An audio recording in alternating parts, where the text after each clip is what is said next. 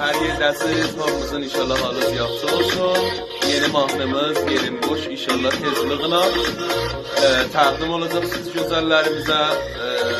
Aziz dostlarım, zəhmətli çəkilə Nimay Mahmudi gözəl tənzim konanda dostum. Yaşasın Nima və Mehdiye Naseri. Bu işin müzəvvizlərin zaten çox zəhmətlərimizi çəkirlər. Xoşbəxtana müzəvvizini aldıq tezliğine nəhai işlərin türküsü tozun silkəlirik ki, bəxş eləyək keçsin. Yaşayaq